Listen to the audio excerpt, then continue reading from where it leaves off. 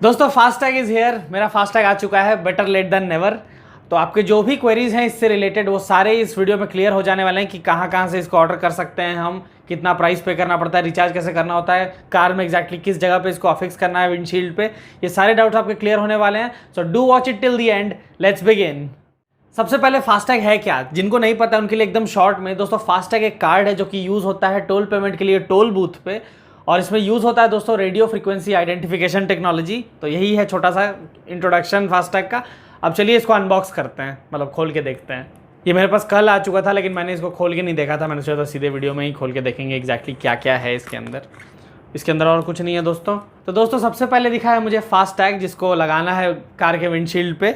उसके अलावा एक यूज़र गाइड है पूरा कि कैसे आपको इस फास्टैग कार्ड को यूज़ करना है और कैसे पेटीएम से आप इसको यूज़ कर सकते हैं। मैंने इसको पेटीएम से मंगाया है। उसके अलावा एक एप्लीकेशन फॉर्म भी दिया हुआ है, अब पता नहीं इसका यूज़ क्या है। अब खोल ही दिया है, इसको अनबॉक्स कर ही लिया, तो चलिए इसको अफिक्स भी कर देते हैं विंडशील्ड पे। चलिए चलते हैं। तो दोस्तों इस जगह पे हमें लगाना है। ये बाहर से मैंने सोचा इसको मार्क कर दूं, पर मैंने देखा बाद में तो घर में मार्कर ही नहीं था। आइए अंदर से देखते हैं। दोस्तों ये अंदर वाला जो रियर व्यू मिरर है जिससे आप पीछे देखते हैं, इसके जस्ट पीछे लगाना है अपने विंडशील्ड पे, और विंडशील्ड के बिल्कुल ऊपर की तरफ बीचों बीच। तो मैं इसको खोल लेता हूँ। दोस्तों ये है बीच का एरिया, बिल्कुल ऐसे। अब वो लग चुका है। अब मैं यहाँ बैठा हूँ, मुझे इसके जस्ट पीछे क्योंकि लगा है मुझे यहाँ से दिख नहीं रहा है, तो ऐसा ही होना चाहिए। एक बार मैं आपको बाहर से भी दिखा देता हूँ। यहाँ पे मैंने लगाया है दोस्तों, और ये ऐसे ही ऊपर रहना चाहिए। और ये जो ब्लैक कलर का स्पॉट होता है गाड़ी के विंडशील्ड के टॉप पे, उसके जस्ट नीचे, और वो जो अंदर वाला लुकिंग ग्लास है उसके जस्ट पीछे। तो ये लग चुका है दोस्तों। इसके बाद अब जब भी मैं किसी टोल बूथ पे जाऊँगा तो डायरेक्टली इससे डिडक्ट हो जाएगा जो अमाउंट है टोल का, मेरे जो लिंक्ड पेमेंट मेथड है उससे।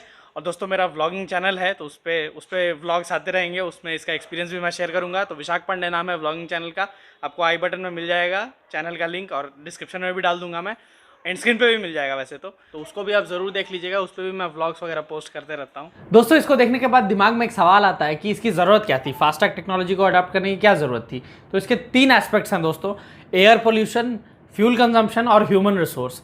दोस्तों फ्यूल कंजम्पशन और एयर पोल्यूशन, मैंने मिक्स कर दिया दोनों को।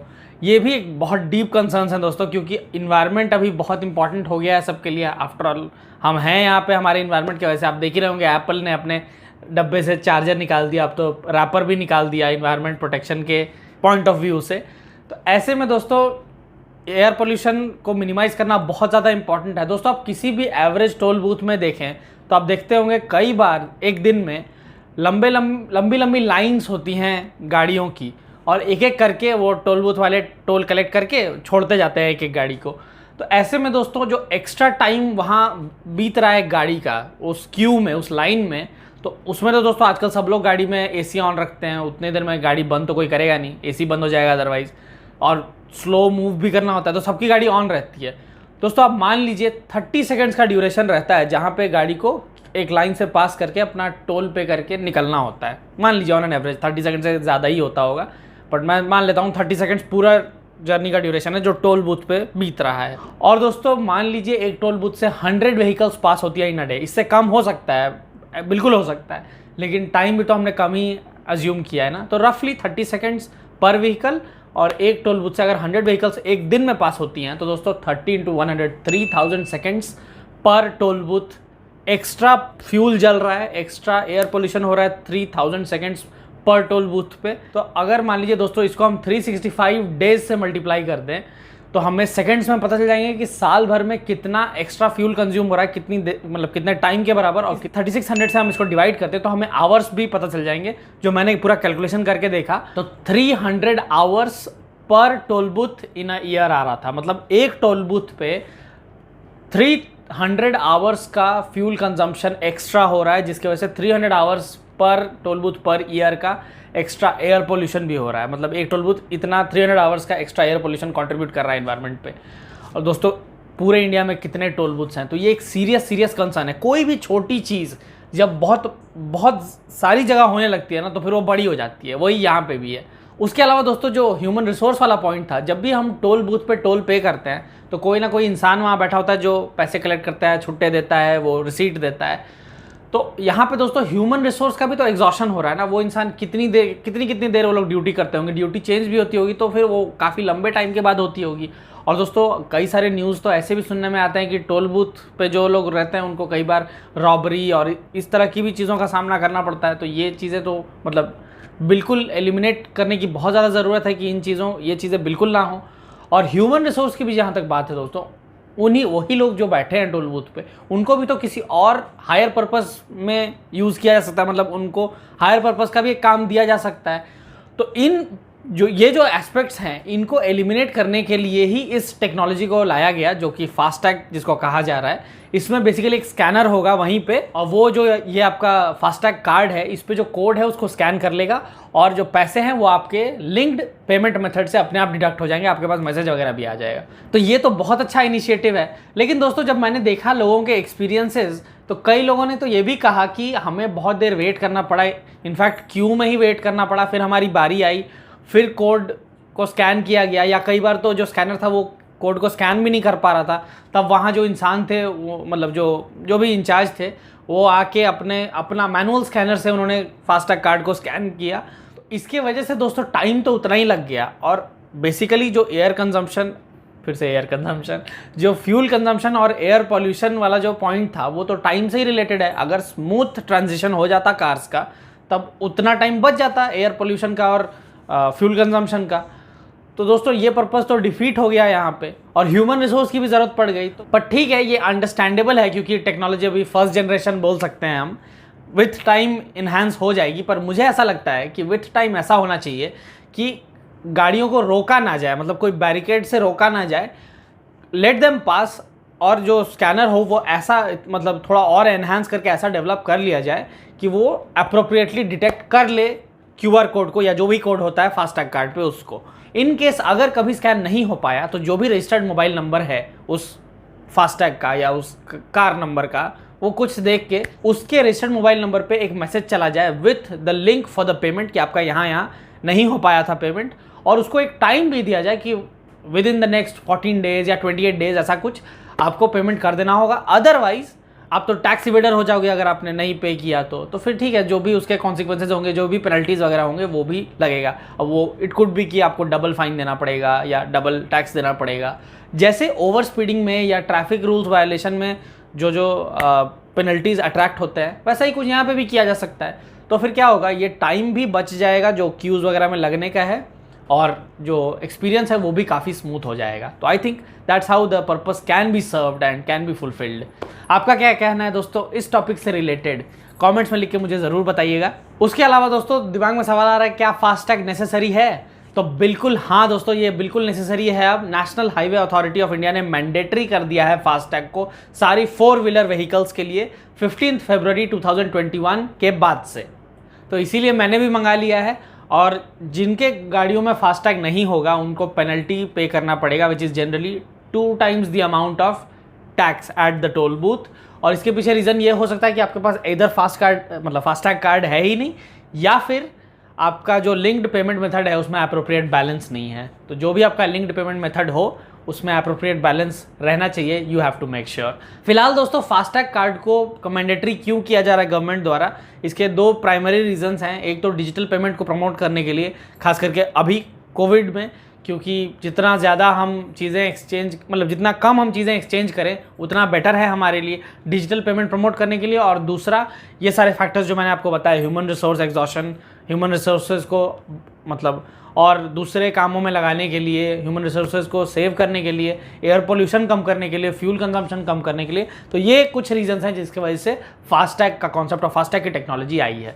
उसके अलावा दोस्तों फास्टैग कार्ड मंगवाना कहाँ से है? तो दोस्तों national highway authority of India ने 22 बैंक्स को ऑथोराइज़ किया है इस फास्टैग कार्ड को इशू करने के लिए। उसके अलावा और भी कई सारी मतलब प्लाजाज, कॉमन सेंटर्स वगैरह हैं जो मिला के टोटल 28,000 पॉइंट ऑफ सेल हैं अक्रॉस इंडिया, जहां से आप अपना फास्टैग कार्ड ले सकते हैं। अगर आप ऑनलाइन लेना चाहते हैं तो आप किसी भी 22 बैंक्स जो हैं उन मतलब जो 22 बैंक्स हैं उसमें से किसी के भी वेबसाइट पे जाके आप मंगवा सकते हैं अपना फास्टैग कार्ड। ज़रूरी नहीं है कि उस बैंक में आपका अकाउंट हो ही। जैसे अगर मेरा बैंक अकाउंट SBI का है तो मैं ICICI से भी फास्टैग कार्ड मंगा सकता हूँ, इट इज़ लाइक दैट। जो डॉक्यूमेंट वगैरह लगेगा ये डिफर कर सकता है बैंक टू बैंक, तो जो भी वो मांगेंगे आप वहाँ आपको दे देना होगा और फिर आपका फास्टैग कार्ड आपके घर पे डिलीवर हो जाएगा। उसके अलावा दोस्तों आप पेटीएम से भी मंगा सकते हैं, जैसे मैंने पेटीएम से मंगाया है। वहाँ पे भी आपको कार का नंबर पूछता है, उसके बाद आरसी का फ्रंट और बैक साइड डालना होता है और आपका फास्टैग कार्ड जो है वो आपके घर तक डिलीवर हो जाता है। मेरा तो 3 दिन में ही आ गया था। उसके अलावा दोस्तों आप फिजिकली भी जाके जो भी नियरेस्ट पॉइंट ऑफ सेल हो आपके, आप वहाँ से भी ले सकते हैं। जो डॉक्यूमेंट्स वगैरह वो मांगेंगे वो आपको दे देना होगा, बेसिक केवाईसी में जो लगता है, और कार का रजिस्ट्रेशन सर्टिफिकेट वगैरह, और वहीं आपको मिल जाएगा आपका फास्टैग कार्ड। और दोस्तों कॉस्ट की अगर बात करें तो ये cost bank to bank vary कर सकता है, पर मुझे तो 350 लगा था पेटीएम पे, तो उस 350 में से भी 250 आपको बैलेंस मिल जाएगा आपके फास्टैग वॉलेट में, जो कि आप अपने नेक्स्ट ट्रिप में एज टोल यूज़ कर सकते हैं, सीधे वहीं से डिडक्ट हो जाएगा। एक्टिवेट कैसे करना है दोस्तों, आप अगर 22 बैंक, किसी भी 22 ऑथराइज्ड बैंक से ले रहे हैं या पॉइंट ऑफ सेल से ले रहे हैं या इनफैक्ट पेटीएम से भी ले रहे हैं, तो क्योंकि आपको रजिस्ट्रेशन सर्टिफिकेट तो जमा करना ही पड़ रहा है, तो ये पहले से ही एक्टिवेटेड रहेगा। अगर आप पेटीएम से ले रहे हैं तो फिर ये आपके पेटीएम वॉलेट से, पेटीएम पेमेंट बैंक से, बेसिकली पेटीएम वॉलेट से आपके लिंक्ड रहेगा। और उसके अलावा अगर आप बैंक से मंगवा रहे हैं अगर अपना फास्टैग, तो फिर आपके पास ऑप्शन रहता है कि आप किसी डिजिटल वॉलेट से कनेक्ट करना चाहते हैं अपने फास्टैग कार्ड को, या फिर आप डायरेक्टली अपने सेविंग्स अकाउंट से अटैच करना चाहते हैं। अगर आप सेविंग्स अकाउंट से कनेक्ट करते हैं तो फिर तो आपको रिचार्ज करने की कोई ज़रूरत नहीं होगी, क्योंकि सेविंग्स अकाउंट है आफ्टर ऑल आपका। बस आपको ये ध्यान रखना होगा कि उसमें सफिशिएंट बैलेंस हो। और अगर आप किसी और डिजिटल वॉलेट से कनेक्ट करते हैं तो फिर ये ज़रूरी है कि आप उसको टाइम टू टाइम रिचार्ज करते रहें, और रिचार्ज करना भी बहुत सिंपल है। अगर आप पेटीएम पे करते हैं तो आप अपने पेटीएम, मतलब जो आपका बैंक है, सेविंग्स अकाउंट से आप उस वॉलेट को रिफ़िल कर सकते हैं। और अदरवाइज़ अगर आपका माई फास्टैग जो ऐप है, वहाँ पे अगर आप फास्टैग वॉलेट यूज़ करते हैं, उससे कनेक्ट करते हैं, तो भी आप अपने सेविंग्स अकाउंट से यूपीआई वगैरह के थ्रू डायरेक्ट उसको रिफ़िल कर सकते हैं, उस फास्टैग वॉलेट को।